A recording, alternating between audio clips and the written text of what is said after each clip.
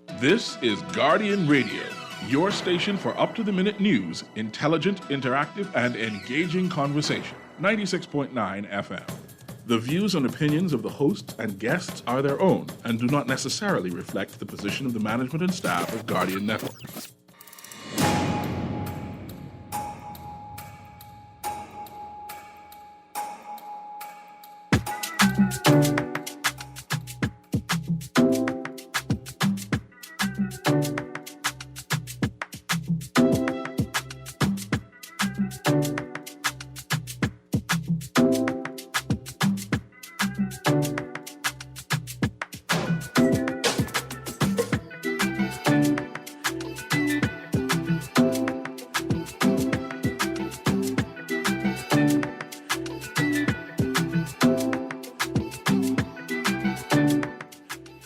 Good morning, Bahamas. Good yawning this morning. It is cold and breezy. So you have my permission to not bathe this morning. You do not have my permission to be up close underneath other people. For it is COVID time, and we must maintain the COVID protocols and the 3 to 6 foot distancing between people in public and in enclosed spaces. This is good for us, me, who don't like to bathe when it's cold and breezy. I think of it as a conservation effort. I would like to save electricity, and I'm not going to heat my water, and I'm certainly not going to take a cold bath, play around in the shower, and waste water. So solve the problem, don't bathe, wipe down, maintain your 3 to 6 feet so people can't smell ya. Good morning, Bahamas. It is Tuesday, March the 9th, 2021. You're on the clock with Erin, Greene, and this morning we're talking police brutality, and with my guest today, Mr. Darwin Thompson, young human rights advocate, and we also going to have sort of an open line while Darwin and I discuss some of the issues in the paper today. I got a week full of guests, but today we're going to focus on what the audience thinks. We also have our book giveaway number 3. Remember, Keisha Ellis, young social justice advocate, has written or composed a layman's interpretation of the People's Constitution, of the Constitution of the Bahamas, and it's called the People's Constitution.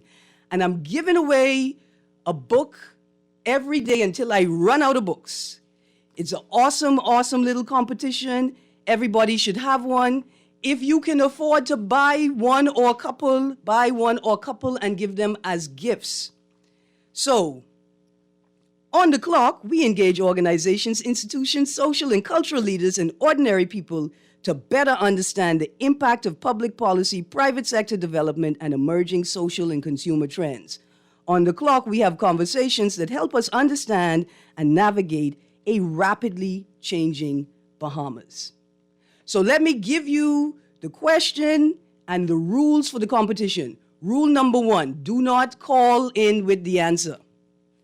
We want to give everybody an opportunity to play. We also don't want to help people to cheat because they may figure out the right answer from your wrong answer, right? So don't call in, text in your answer.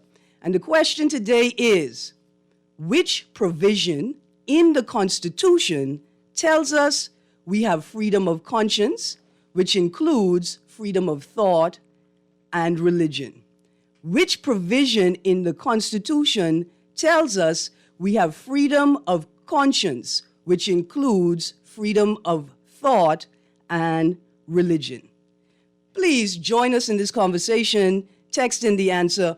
Also, like I told you, we're talking police brutality. So I'm going to ask my audience to join the conversation. Here's an opportunity to share your experiences with police brutality.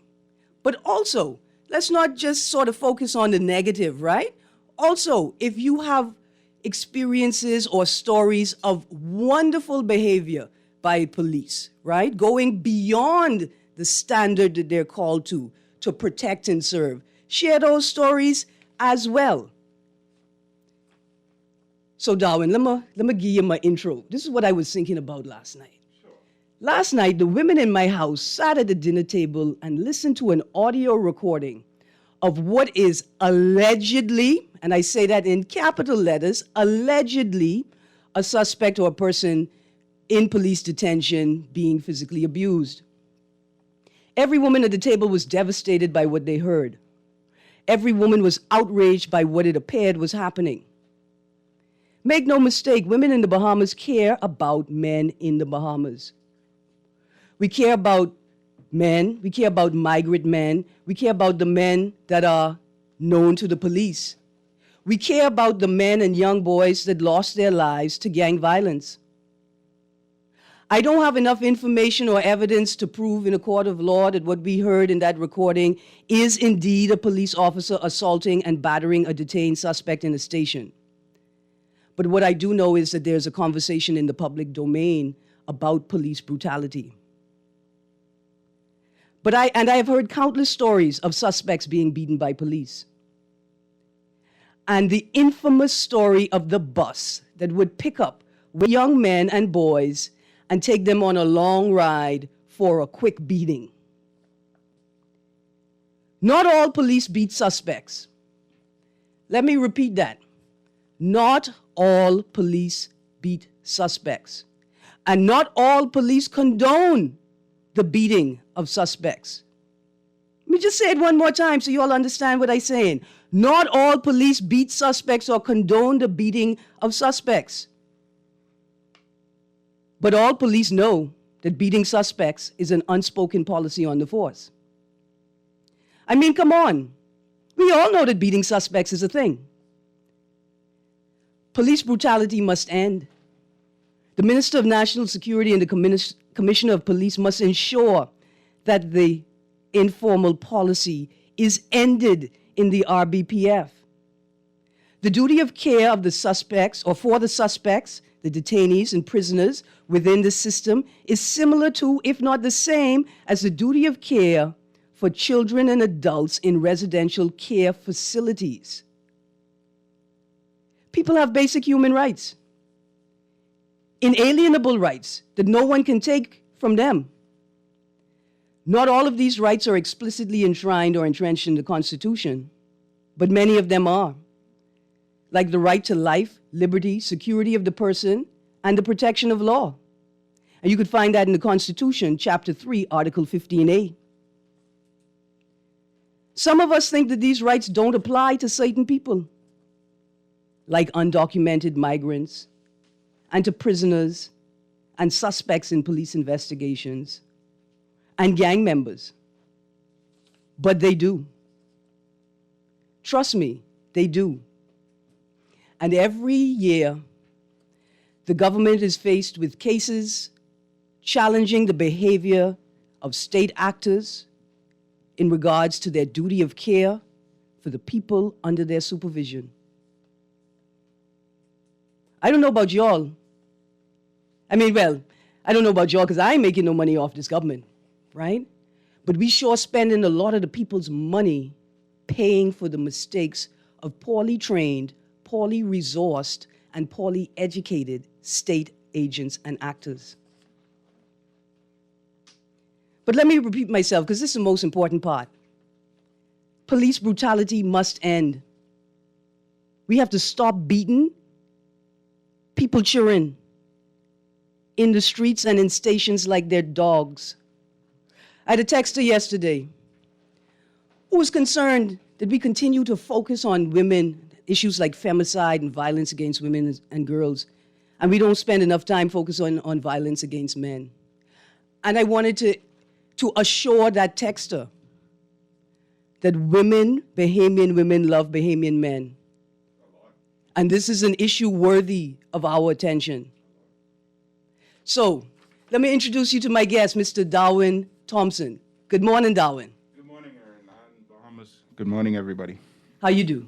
I'm good. How are you? I'm good, thank you. Good. So, I know you as a young human rights advocate. Yes. I met you working with Rights Bahamas. Right. And then you transitioned for a period of time to IOM, Yes. the International Organization for Migration. Yes. So I'm going to ask you, tell us a bit about your work with the organizations, your human rights advocacy work, and your primary focus. Well, primarily my focus has been migrants. Being a migrant myself is a very passionate topic for me, especially seeing the treatment of migrants in countries all around the world, not just the Bahamas. So I have a strong passion for migrants and migration work, but also young people, and as the topic for today suggests, police brutality. That's a big one for me, and hits home personally because I feel that in 2020 and 2021, there's been no greater time where police brutality has been so evident for myself at the age where I can understand it in its entirety and what drives it. There's been no greater example of how that police brutality affects us than the way that it affects me and my interactions with police. And I will give a bit of a short story a little later. Yeah. But for now, I'll allow you to continue the regularly scheduled questioning. Yes. Absolutely. So look here, I got a text here that says, Erin, we do not have freedom of religion. Why can the major denominations give children alcohol, but the Rastafarians cannot use their holy sacrament? Well, I know the issue about rights around religion, right, is important for young people. When I was doing the research for my question, I realized that the right to freedom of thought, conscience, and sort of religion to decide what religion you're going to practice and how you're going to practice is limited because people under the age of 18 don't get to make those decisions on their own, and that's supported by law, right? Correct. You understand that the parents make this decision, Yeah. right? And I realized that for young people, they don't have access to the same rights that adults do. And for young people, we sort of rule over them with this degree of authority, right? Like, you're young and you do what I say. And in the same way, police tend to interact with citizens as if the citizens are their children, and the police are the parents. Right. Do you think a lot of young people feel that way around the issue of religion and authority in society generally?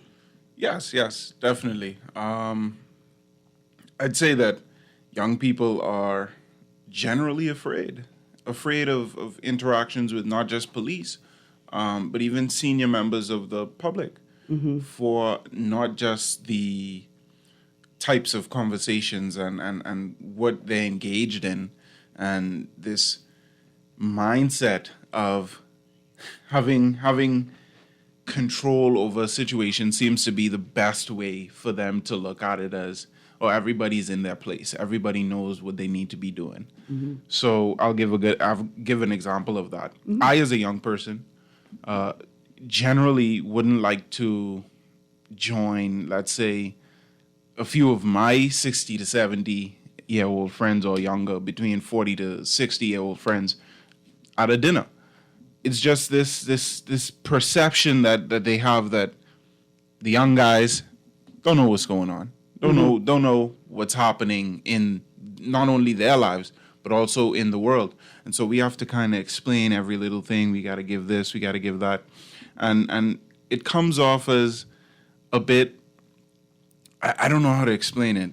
The best way I can explain it is, it comes off as unnecessarily authoritative when it's not needed. Right. Because what I think about it is, like, the adults act as if they're the default. Right. And so when you say something and they don't understand it, the onus is on you to make them understand it. Right. Make it understandable to them. Right. Versus a sort of balance, not of power and interest, right? Like, I am interested in what you're saying, young person, so I'm going to think about it until I feel like I understand it. Exactly. Like old people carry on like they the default. Yeah. And everything else has to explain itself. And this isn't every old person per se, right? You know, it's just a general feel. So you get into a conversation with somebody that might be considered older, and you may realize, wow, this guy's really open-minded. You're thinking about everything I'm saying, and it's almost a breath of fresh air. And that also speaks to the fact that it's so uncommon, and it's not commonplace at all for you to experience somebody in Bahamian society that's older and is willing to listen to what you have to say. Yeah. Yeah. So I have this practice. So I'm working on this project, right? Sure. I think I'm going to call it the Empathy Project. Yeah. Because when I was younger and I used to go to summer camp on the Family Islands, Right. whenever you encounter somebody, if you're on the bus, if you walk in, you acknowledge their presence. It's a hand up to hail, a nod of the head in acknowledgement, or a good morning, or a hello. Right. And being at the summer camp as a kid and people hail you, it's like, I is somebody. We are somebody. They're hailing us. Feel good. Right. Yeah. And there's this acknowledgement that you're in the space, right? Right. And so I realized that as I move through town, that people don't really look you in the eye.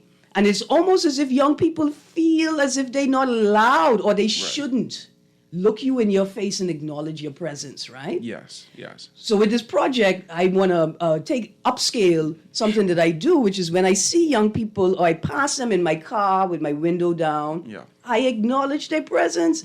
I say good morning. If they're walking on the road, I say stay safe, Yeah. be careful, right? Because in this sort of dynamic where we're trying to determine what police brutality is, Right.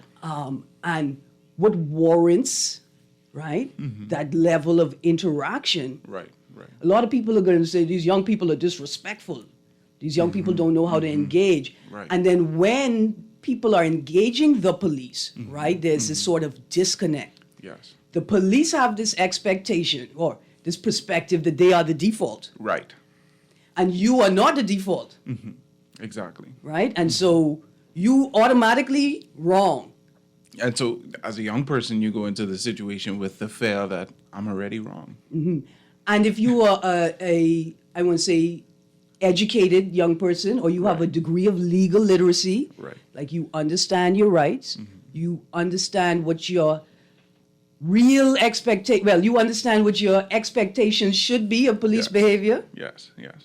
and you understand what your real expectations are, Right. right? There's a conflict with the young person who knows what their rights are Right.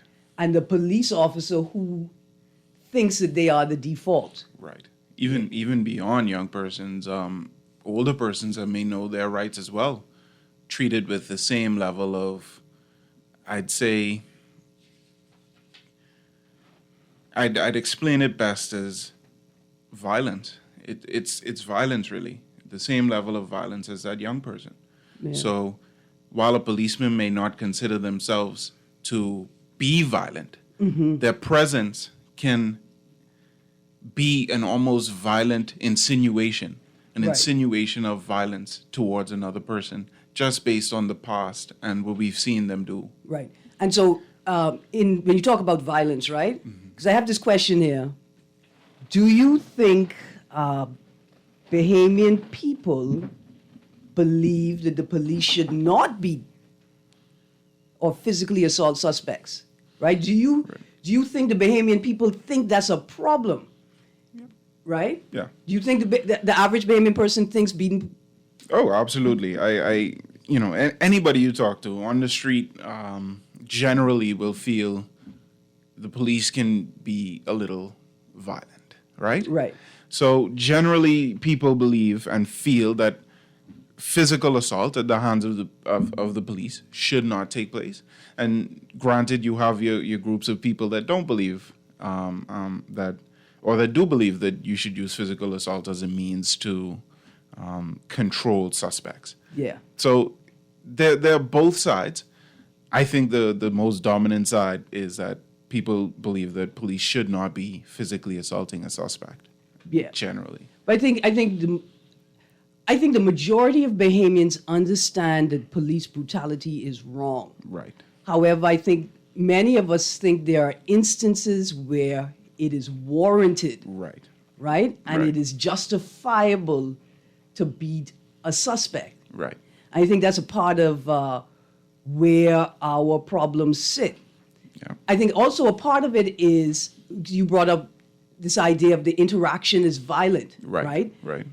In the 2010 Domestic Violence Act, the government expanded the definition of violence to include financial violence, emotional violence, and psychological violence, right? Right.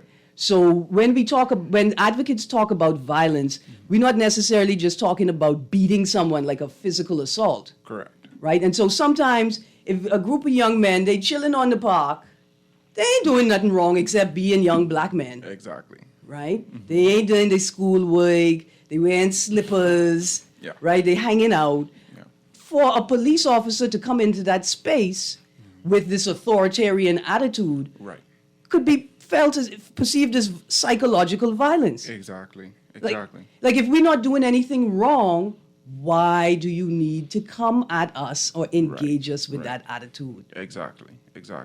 And what further drives it is the stories that young people hear. So generally, young people within our own groups, we talk about these things, we talk about these issues, we address them within ourselves. And generally, we feel more inclined to meet that violence with violence than we are to meet that violence with advocacy or thinking about the most intelligent thing to do. And we won't think first. We think, if you're going to be violent with me, I'm going to be violent with you. And so we get the reactions that we get from young people that we see all the time. Even with the video with the young tourist, he was so frustrated with the officer, he just flings his document and he says, I've had enough. And the officer slaps him right after, right? And it shows we feel the weight of your authority, quotations. We feel the weight of that authority, and we throw violence at it in order to rebel, because it's not fun being put in a position where you feel less than, and you feel like the man is coming to, it's generally a perception that as we get older, we start to realize maybe, all human beings aren't the same. Maybe if I treated this officer a little less violent, but at the same time... Yeah, you're responding to Right. something. Exactly. Right? Exactly. Absolutely. So look here, I got a caller on the line. Let's go to this call because I think we missed the first call. Yeah, sure. All right. Sure. Arlington, they ready? Caller, you're on the clock. Hey, good morning. Hey, good morning. How you doing? I'm fine. Good morning to your guest. Morning. Hey, Erin, you don't bathe, eh? No, listen, I say I don't like to bathe. There's a difference. I live in a house of Christian women, so I have to bathe 3 times a day. I just don't like it. Did I clear that up? Call and clear that part up. Thank you very much for that help. Yeah, but look, I have no problem bathing right now. Do you like this cold weather? Oh, I enjoy that. You was talking about the police, Mm-hmm. and I experienced the good and bad about the police force. Yeah. The good part, I said my work control which getting ready to cross, Mm-hmm. and the control car stopped. Mm-hmm. Police came with the car and hauled back the traffic so I could pass, Awesome. and that was beautiful. And Yeah. and that's public duty. Yeah. And the police realized that they not just go after criminals or bad guys, but their duty is to observe. They was observing me heading into the mall, Mm-hmm. and they crawl and they stop and they stop the traffic, like I said, and I could have passed. Yeah. I think the comeback behavior of the police, because the police come from society like us, Mm-hmm. community. You must know your basic law as much as possible, and you don't shout back at the police. In spite of them shouting at you, you hold your right. All thing they could do, arrest you. Mm-hmm. Or if they try to exercise brutality, remind them of their duty. Mm-hmm. And the police and anybody could tell you, once you see you know your rights and your basic rights, they're gonna back off. If he's a bad cop. Mm-hmm. You follow what I'm saying? Yeah. Right. So that is important. That because if he's going to arrest, he said, "Well, I'll arrest you." Then he could hold you for a couple of hours, or you could call your lawyer. You know. Yeah.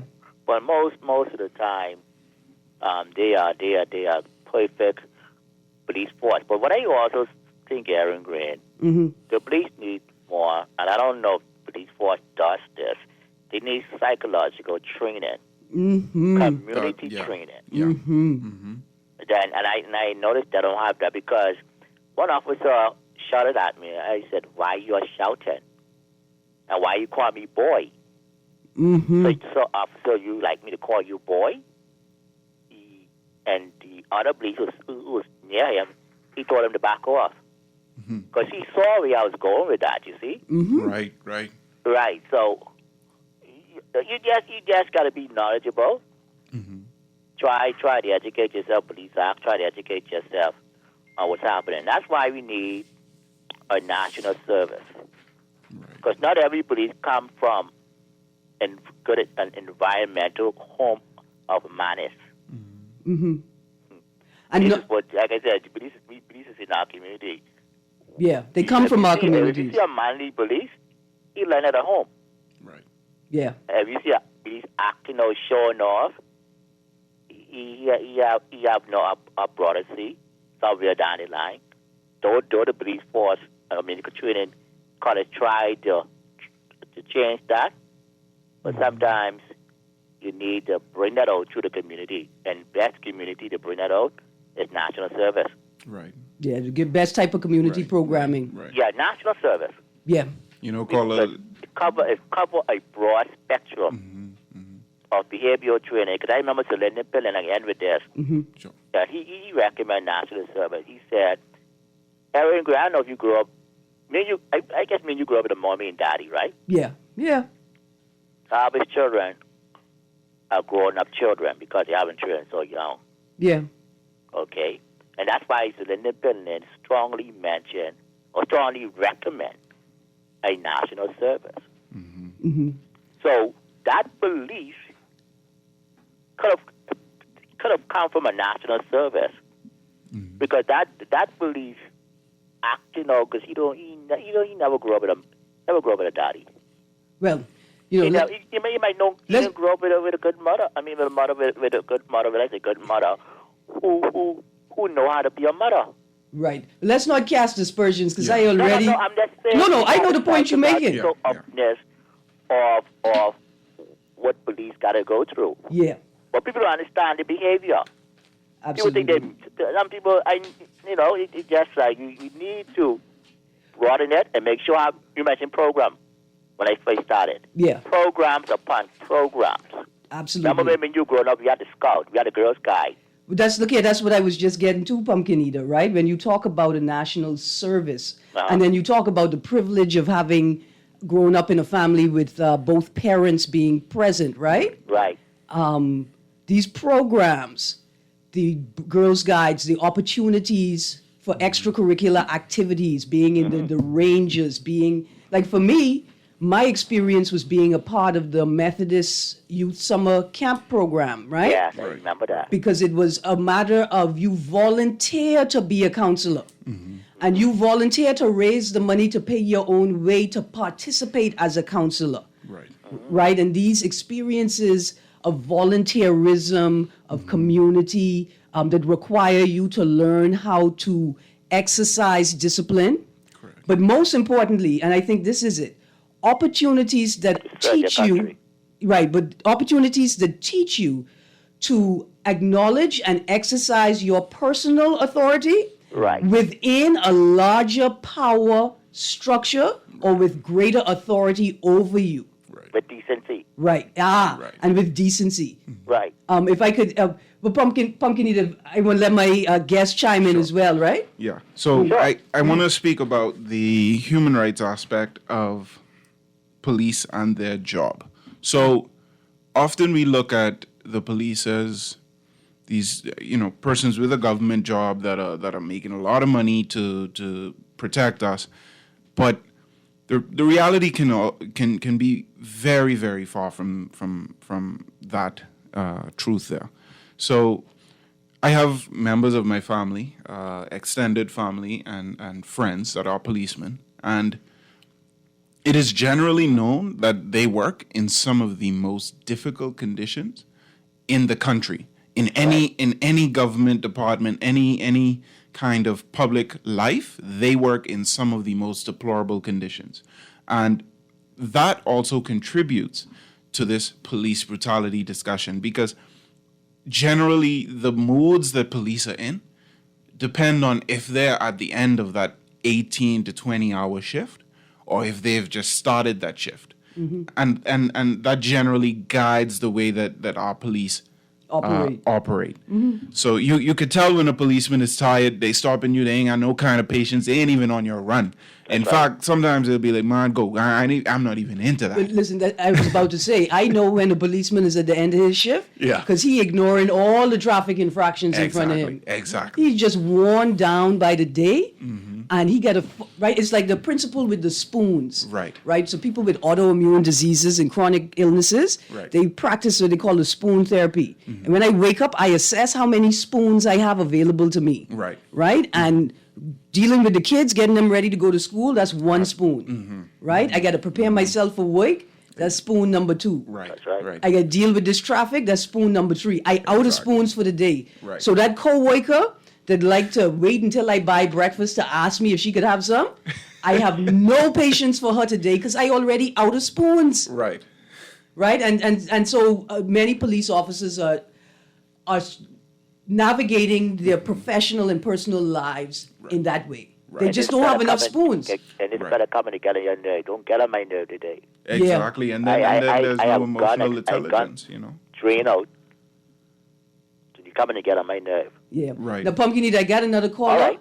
Thank you. Look here. Thank you for joining and staying with us this long. But also remember training. Yeah. And also we need a police, we need a national service. Yes. All right, have a good day. Thank you. I Thank want you, you all Carl. to see that Pumpkin Eater's critique is in an attempt to enhance the police service, not break it down. Correct. Caller, you're on the clock. Pleasant good morning, Miss Greene. Good morning. How are you? I'm fine, and your mom and on your guest. Good. You know something, Miss Greene, a lot of people would not like to admit. Majority of them are cowards, Yeah, and plenty of cowards. They come from remember, we all live on the same little 21 by 7 island, They all come from the same neighborhoods and have to walk through the streets where we live, and they knock off. But when they go to work and they put on, you know that they have that red stripe? That red stripe is a signal, for a sign of power. That instilled in them mentally in their training. Now what happened is when they get in a group, plus they have ammunition, licensed ammunition on them. If we have any ammunition, ours is illegal. Yeah. The only thing we're allowed to have around in regards to ammunition, unless you're Nothing. In fact, unless you're still a store owner with special permission, right.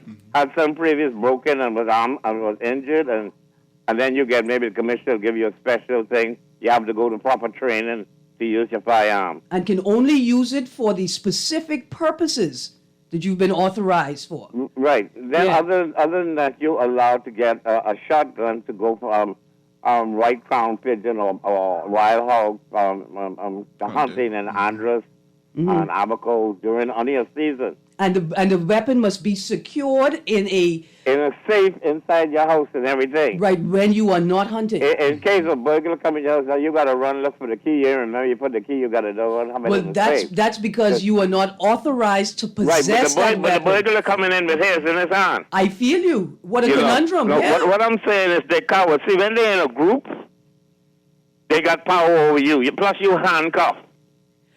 They'll beat the snot out your nose. Sparky. And and then they're well protected by themselves and sometimes by doctors at the hospital. And I'm telling you what happens. You understand what I'm saying? When I tell you things, sometimes you got to listen. No. Because let me tell you something, Miss Jenny. You let them come out by themselves in the night, by a little club with nothing on them, and they're in the middle of a bunch of people. They're the quietest fellas in the world. Because they know they'll tote something. Their mother and their pa never put on them. Right. We're going to cut it right there, Sparky. First of all, we interrogating police brutality. We don't want to create an environment that fosters more distrust against the police. But I want to touch on something you said when you talked about cowards, right? And let's link that to something Pumpkin Eater said. Pumpkin Eater said, the police come from us. They are us. The same culture, personal culture that they take into the force with them is a culture that they developed among us in the community. Exactly. So when you say that people are cowards, and I said, yes, they are, I was talking about me, because there are plenty things I scared of, right? Because the life is a scary thing. And people, in many instances, are very scared of some things. And the way we raise children in this town, because we got this bit of this bullying culture in our parenting culture, right? A lot of young people grow up being afraid of older people and authority, as opposed to having reverence for it and understanding its place in the family and the wider community. Right. So when we talk about cowards, we have a lot of people whose personal culture is that they fear authority, because authority doesn't help them solve problems. Authority chastises them and beats them for not being able to solve their own problems, right? Or punishes them. So, yes, we do have a lot of police officers that may enter the force with a personal culture that they have a degree of fear of authority. So when they come into a position of authority, right? Their views around authority and their personal authority are informed by their personal experience. Correct. So when you say, when they by themselves, they meek as lambs, but when they're in a group, sometimes they carry on like gangs, right? Yes, we import this personal culture, and sometimes we have to fake it till we make it. Right. I have to believe I have the authority to control these people. I have to believe it first before the people believe it. Right. The thing is, though, do we convey this authority by making people afraid of us? Or do we convey this authority by showing people that we have the power through the law to do certain things, right, but also that we will use our authority in certain ways to solve problems? Right. So Sparky, I know I cut you there because I had to cut you. Yes, I'm glad that you spoke. We need to hear people talk about their experiences with police brutality because it is real, but we do not want to foster an environment of distrust with the police or anger and rage towards the police. Right. I see you, Arlington. I hear you. We got to take a break, Darwin. Sure. Arlington, let's go to this break. Caller, hold on the line. Text us. We're going to get to your answers shortly. We'll be back, Bahamas. You're listening to Guardian Radio 96.9 FM. Stay tuned. We'll be back. Always on the go? Missed the show? You can now listen to Guardian Radio talk shows anytime, anywhere on Spotify and YouTube by searching Guardian Radio 96.9 FM or by entering the name of your favorite show. You can also listen by logging on to GuardianTalkRadio.com and clicking on the podcast tab. Guardian Radio, continuing to provide you with fresh news and smart talk anywhere, anytime, all day. If you are 65 or older, it is important for you to get immunized. Immunizations are not just for children. As you age, you are more at risk for illnesses like pneumonia.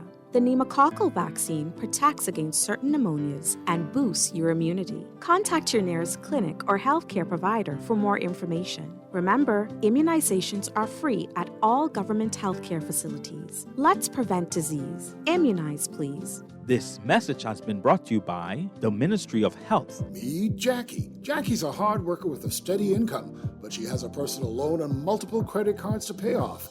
To keep her account current, Jackie opted for a loan from Fidelity Bank to consolidate her debt into one monthly payment and earn interest on a built-in savings account. Be like Jackie. Call 356-7764 to book a complimentary financial coaching session. Fidelity also offers virtual assistance. Fidelity, we're good for you. This is Guardian Radio 96.9 FM. Fresh news, smart talk, all day.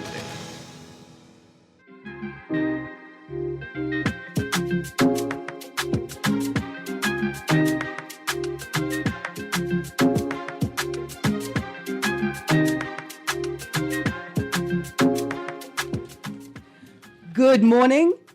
You're on the clock with Erin Greene. You tuned into 96.9 FM. And let me apologize. I did not give you those call-in numbers at the top of the show like I usually do. You can call us at 323-6232, 325-4316, or 326-4259. And for the text line, 422-4796. 422-4796. So, Darwin, I'm going to read this text dead quick, and then, caller, we're going to get to you in a moment. It says, good morning, Erin. The police have taken on the job of judge and jury. They have forgotten that their job is to apprehend, and the courts must handle the rest. Bahamian police act as if you have no rights, and if you speak or defend, you are resisting or acting with misconduct. Our police need a standard of interactive conduct. You don't know what you will get from one officer to another officer. See, that's another thing, right? That's another thing. You have an interaction with a bad officer, and then you have an interaction with an officer who's good, but you don't care, because at this point, all officers are bad. Right. And so now this officer trying to figure out why you have this attitude with me. Miss, I only asked you to move your car because you're in a no parking zone. Mm-hmm. You carrying on like you want to get locked up? Boy. Anyway, let's go to the callers. Caller, you're on the clock. Yes, good morning, Erin. Hey, good morning. How you do? Yeah, I had a little joke with the mango tree yesterday. Listen, I want to get this in quick because, I'll be 57 in August, right? Mm-hmm. And so I had numerous, throughout my life, it's just like, I've changed, right? But what I'm saying is, the last text was spot on, and so the situation that Nahaja highlighted yesterday, I went through the same experience. The only difference was I was by myself. They shot at me. They almost killed me. I have witnesses to this stuff. This happened like in 2007. And so I was actually wearing a blue Columbia raincoat. The person they're looking for was said to be wearing a yellow Columbia raincoat, as I found out subsequently as I rode in the car. They shot at me. So after a while, I stopped running because I say, man, 6-7 police shooting at me. I say, it can't be like I do nothing. I went to the food store, they did say freeze. And come to find out it was a mistaken identity, but I had a giant of weed on me, two giants. I ended up eating one. I eat two, and then I ended up leaving one in my pocket. So after they handcuffed me, I realized one still was in my pocket, but it was raining, so they didn't see it. So they actually choked me. I had to fight them to stop because the weed was lodged in my throat. They tried to choke me whilst I couldn't breathe. So I had to fight them, and they say, oh, look, you're trying to fight it. And I explained it to them. And then whilst I was handcuffed, before I went in the car, an officer, I know his name, gun butted me to pieces in my head with a big spin barrel gun. I started to bleed from the face. So the patrol car, they put me in the patrol car because they was on uniform. They put me in the patrol car, the uniform police officers. We went to the GO station. So the police officer, while I was on the way to the GO station, the police say, I reached and I started to eat the next joint. So he grabbed me by my neck. And he say, what did this you eat? He said, that's a joint. He said, man, that's what this bothering you for. So some police are different. And then the police officers to the station said, no, you got to carry me to the hospital. You can't bring me like that bleeding from here, blood draining on my face. You know what they did? They let me go. They let me go, so I mean they could have followed and died. And then just a couple of weeks ago, they was looking for a guy around by me. He was wearing an ankle bracelet, but he's a young man, so he's passing. I asked him to come in the shop to help me lift a piece of furniture. So he did that. So when I looked subsequently, some police officers pulled up in front of the shop, came walking in the shop. I saw them, but I was calm, and so they walk up and they asked him for someone's name. I said, man, these people live someplace up the way. He must live around the corner with a couple of girls and things. So they were around me inside. They asked me because I don't know where the person stay, and then telling me I was a bad businessman, and then the person wearing an ankle bracelet, so they should be able to know where he is. And then they turn around whilst they treat them inside. I in my shop by myself. Mm-hmm. One of the big baboons pick up the big 12-inch scissors I have off my table.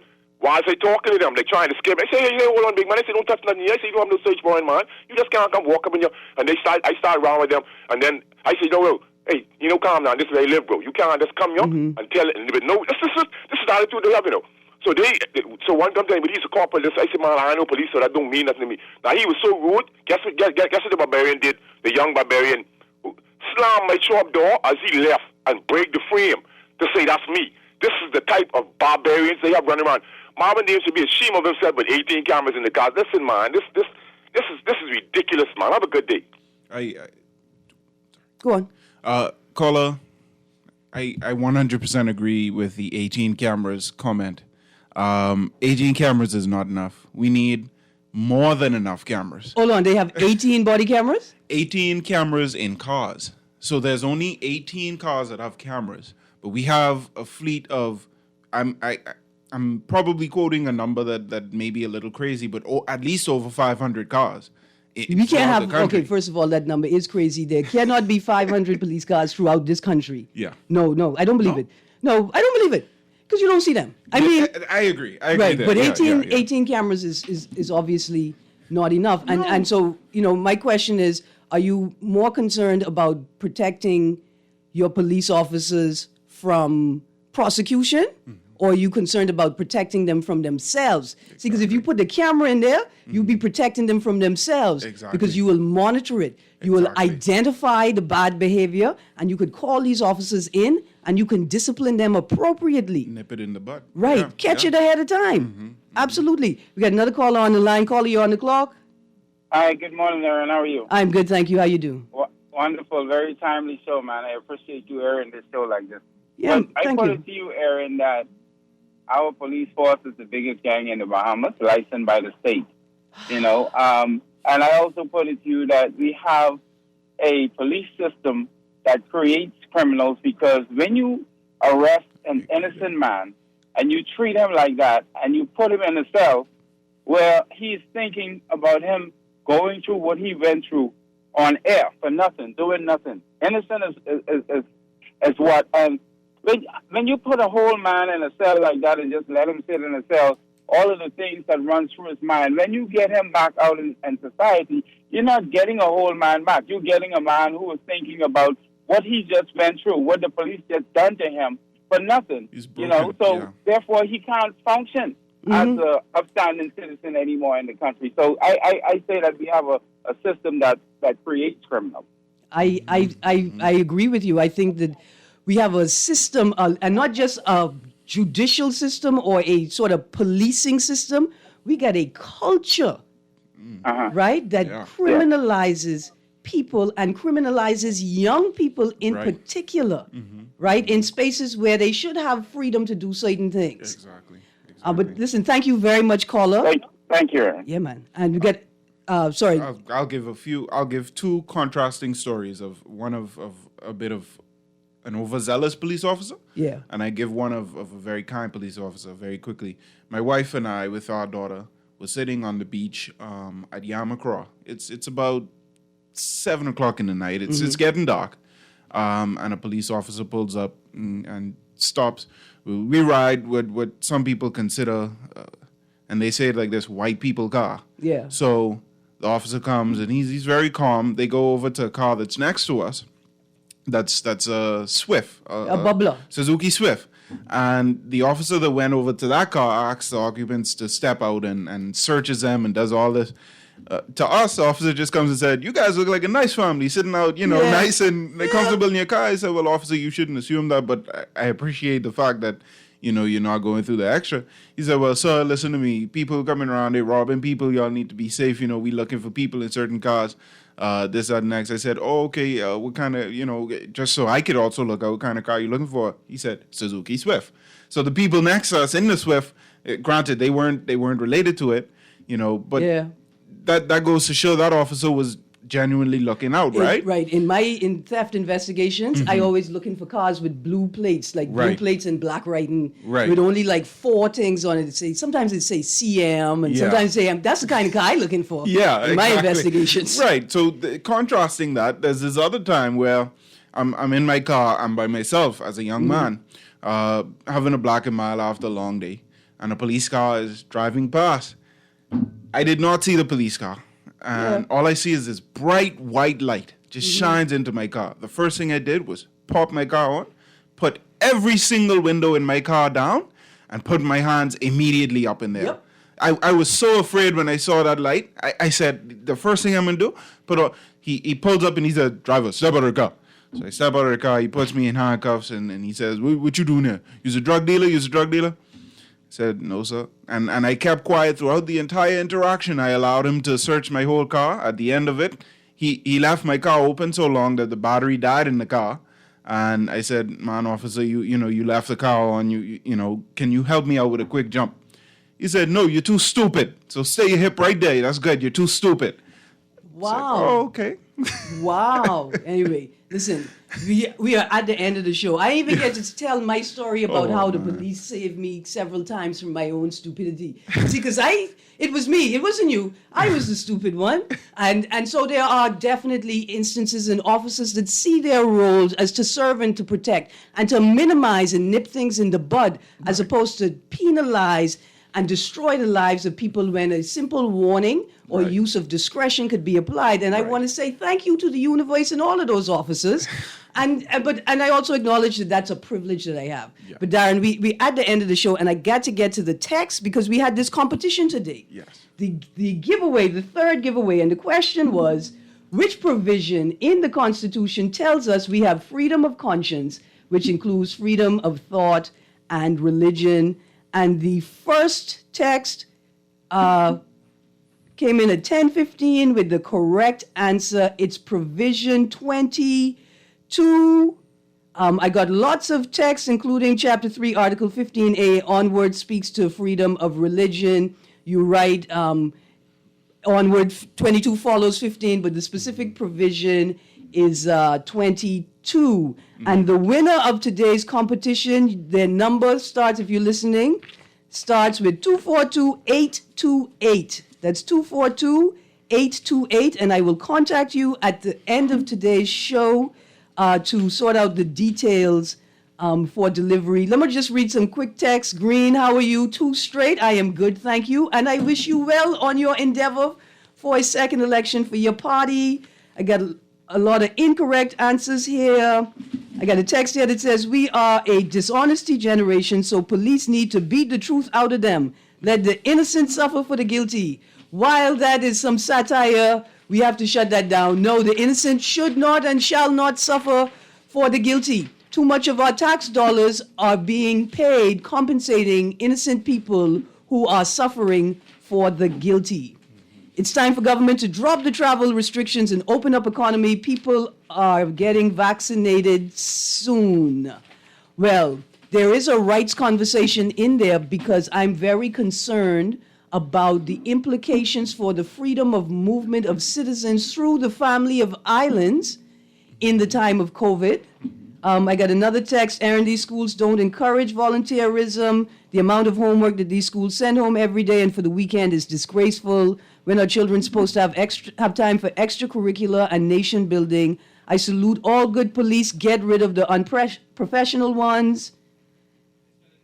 Erin, here's $1 million question. What is the training of our police officers? We need to see documentation and video of how they are being trained. I don't believe our armed forces are being properly trained in sexual assaults, police brutality, communication, or our laws and constitutions. And the text says, prove me wrong, RBPF. Show me how good you really are. Mm-hmm. I added that little part at the end, how good you really are. I have a text here that says, and it's men's fault. Missed the point. Society does hate men, but the issue is that your words show you people actually think women have greater or more issues than men. We do need national service in RBDF for a short period after training. Imagine the Bahamas where every citizen had military discipline. Society does not hate men. Society could not hate men. Look at the world around you. Men are still the default, and then everybody else have to explain why we're here.